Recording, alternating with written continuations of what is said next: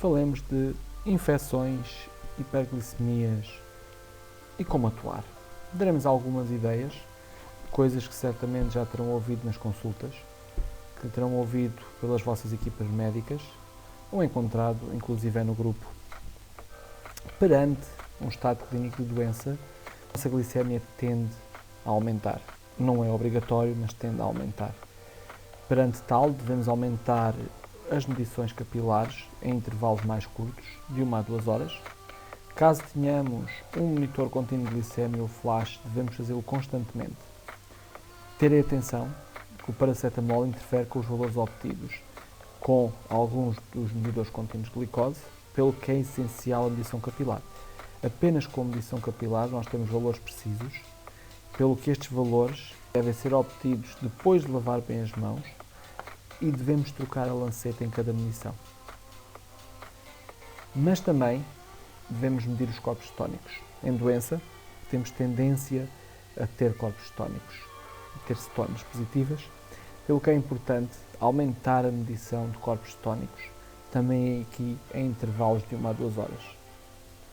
Ou então, sempre que a cetonemia, portanto a glicemia, seja superior a 250. A glicemia pode estar normal e mesmo assim termos corpos cetónicos positivos. Isto acontece normalmente em doença, principalmente quando não se consegue comer perante um quadro de vômitos ou de náuseas.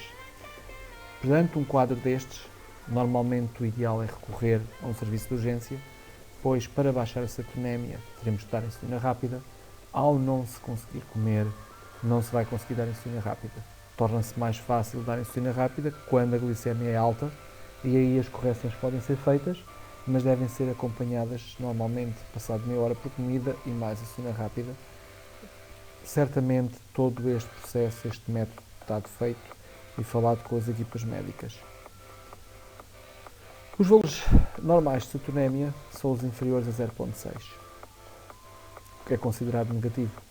0.6 a 0.9, assim como de 1 a 1.4, já existe uma ligeira e uma moderada, respectivamente. Perante estas duas situações, a glicemia e a cetonemia devem ser medidas entre cada 2 a 3 horas, mas num quadro de doença aconselha-se de 1 a 2 horas. Valores entre 1.5 e 2.9, já temos uma cetonemia moderada a grave. Começa a existir o risco de cetoacidose, pelo que devemos pesquisar a cetonemia de hora a hora. Maior ou igual ou superior ou igual a 3, existe um risco enorme de cetoacidose diabética, que é gravíssimo, que é muito perigoso para uma pessoa com diabetes. Neste caso, devemos recorrer ao serviço de urgência. Para chegar a este valor, certamente o procedimento para efetuar para descer a cetonemia não funcionou, pelo que é importante recorrer ao serviço de urgência. A questão que se coloca é, perante um gráfico destes, perante valores que sobem e não conseguimos baixá-los, como fazer? Como não entrar em stress? Quantos de nós não dissemos já, dou insulina, mas parece água? Quantos?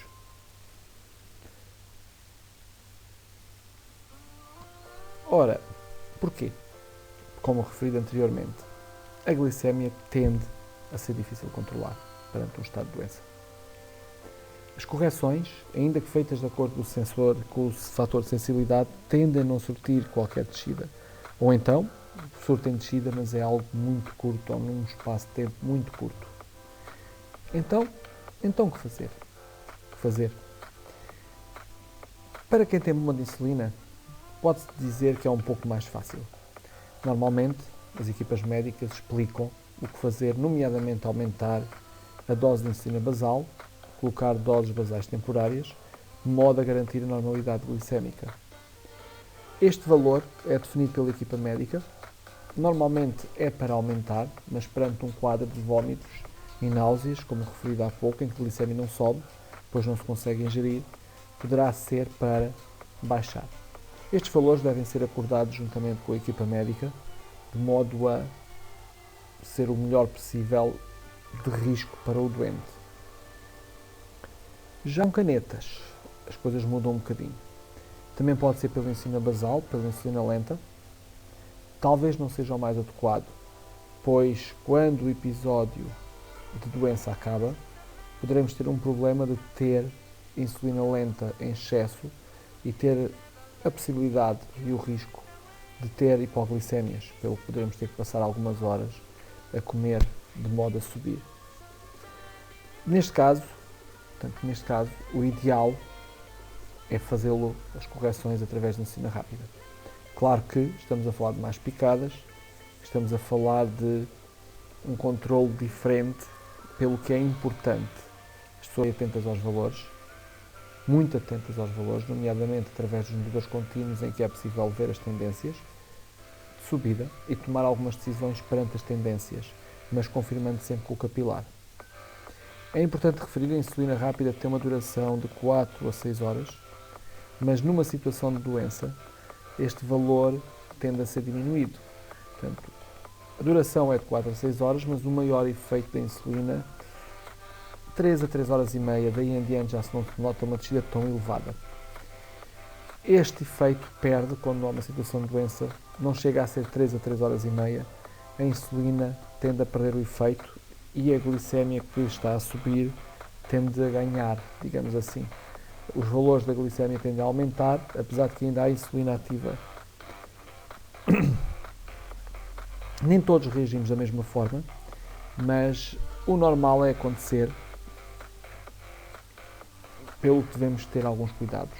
E não devemos perguntar como é que um faz ou outro faz, devemos perceber nós próprios, falar com a equipa médica se necessário, de modo a tomar as decisões corretas sem pôr em risco a nossa, digamos, vida. Vejam este gráfico, a correção foi dada por volta das 4 e meia, e às 6 a correção foi para o valor-alvo, a correção perdeu o efeito e os valores começaram a subir, sendo que deveriam ter era estabilizado, mas não, começaram a subir. Então, como atuar? Como agir? Eis a questão.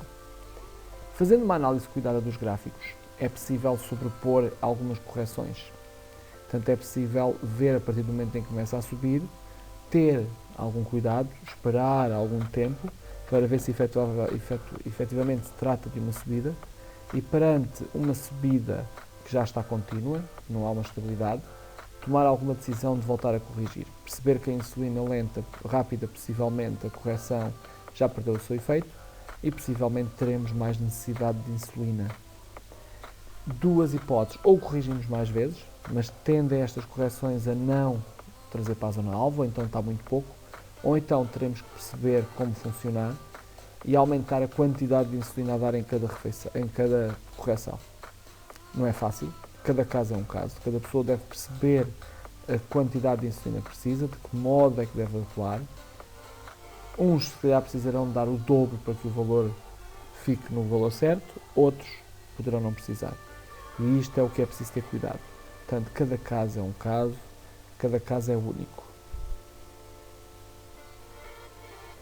Vejamos um exemplo que eu acabei de dar. Imaginemos, portanto, uma pessoa que precisa do dobro, outros, vezes e meia. Vejamos um caso. Fator de sensibilidade de 1 para 50. Alguém que administra o dobro do que deveria passará a ter uma unidade para 25. Ao aumentar para o dobro, é isto que acontece. Uma unidade vai fazer descer menos, pelo que é preciso mais insulina para descer a mesma quantidade que tínhamos anteriormente. Imaginemos assim. Portanto, a glicémia estava em 150, o fator é 1 por 150, portanto a pessoa precisaria para vir para os 100 de uma unidade. Mas perante um quadro de doença já sabe que vai precisar de mais, pois a glicémia tem muita força, e então decide dar 2 unidades em vez de uma. Ou seja, se correr mal, estas 2 unidades tiverem o efeito normal de descer 100, a pessoa ficaria com 50. O que é possível de controlar em termos de hipoglicémias, lá está o controle apertado sobre os valores, de modo a tomar as decisões corretas. Agora, imaginemos que o fator de sensibilidade é de uma unidade para 200. Situações que se veem em crianças, por exemplo. Então, imaginemos que a glicémia está a 200, pelo que, com um fator de 1 para 200, bastaria meia unidade para descer para 100. Mas a pessoa decidiu usar a regra do dobro e deu uma unidade em vez de meia. O que é que vai acontecer? Se correr mal, se entretanto o valor da doença já não for tão superior, o que vai acontecer é que uma unidade faria descer 200, estando a pessoa com 200 iria para zero. Portanto, o risco de uma hipoglicemia grave é enorme. Há um perigo enorme. Portanto, cada um deve pensar como fazer e deve ter cuidado. Jogar sempre pelo seguro, ir testando, se for uma doença que vai durar algum tempo, ir testando. Muito trabalho de análise de valores, de modo a tomar as decisões certas e tentar perceber a melhor forma de o fazer. Mas, como todos sabemos, não devemos testar sem falar com a equipa médica e devemos estar atentos aos nossos valores. Claro que nem sempre a equipa médica consegue estar presente nas nossas decisões, pelo que teremos de tomar algumas, ao fazê-lo sempre da melhor forma possível, sempre jogando pelo seguro. Mais vale começar com poucas mudanças e só depois aumentar.